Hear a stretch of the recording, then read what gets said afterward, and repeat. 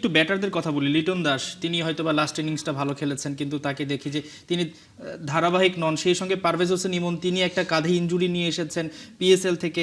তানজিদ হাসান তামিম তিনি ভালো রান করেন, আবার তিনি হারিয়ে যান।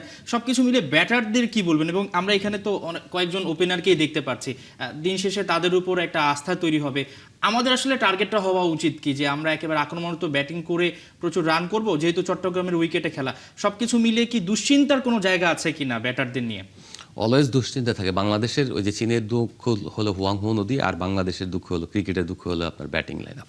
এটা বাংলাদেশের ক্রিকেটের ব্যাটিং লাইন আপ কোনো ফরম্যাটই কখনোই খুব একটা ভালো করতে পারেনি, এবং এই টি-20 বলেন, ওয়ান ডে বলেন, এই জায়গায় একই রকমের।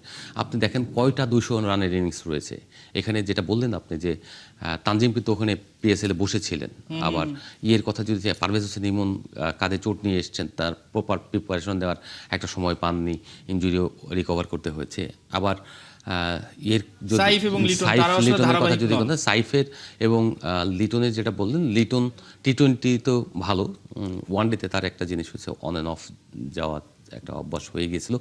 মাঝখানে তিনি অফ ফর্মে ছিলেন, যে কারণে তাকে মিডল অর্ডারে শিফট করা হয়েছে, এবং মিডল অর্ডারে আসার পরে তিনি যে দুটো সিরিজ খেললেন, তার মধ্যে প্রথম পাকিস্তানের বিপক্ষে 40-40 দুটো রান করেছেন। এখানে 3 ম্যাচের মধ্যে একটাতে রান পেয়েছেন। তো আশা করা যায় তার এই ছন্দটা আরও ভালো হবে, এবং তার অর্ডারটা, ব্যাটিং অর্ডারটা 4-এ আনা যায় কীভাবে, সেটা ওয়ান ডেতে সেটা টিম ম্যানেজার ফিক্স করবেন। আর টি-20তে যেটা বললেন, টি-20তে এখানে যারা রয়েছেন এখানে খুব একটা নেই, তবে টি-20তে তাদের প্র্যাকটিসটা হওয়া উচিত এরকম যে আমি সুযোগ পেলে কুইকলি রান করে দেবো, এবং গিয়ে আবার ধুমধাম করবো তাও না, সেট হওয়ার জন্য প্রয়োজন 3-4টা অল্প সময় বেশি রান তোলার একটা ব্যাপার থাকবে, কিন্তু সেটা বুঝে শুনে করতে হবে। অবশ্যই। সেটাই আমরা প্রত্যাশা করছি। সেকেন্দার আলী, আপনাকে অসংখ্য ধন্যবাদ আমাদেরকে সময় দেওয়ার জন্য। আমরা আবারও কখনো আপনার সঙ্গে সেই বিষয়টি আলোচনা করব।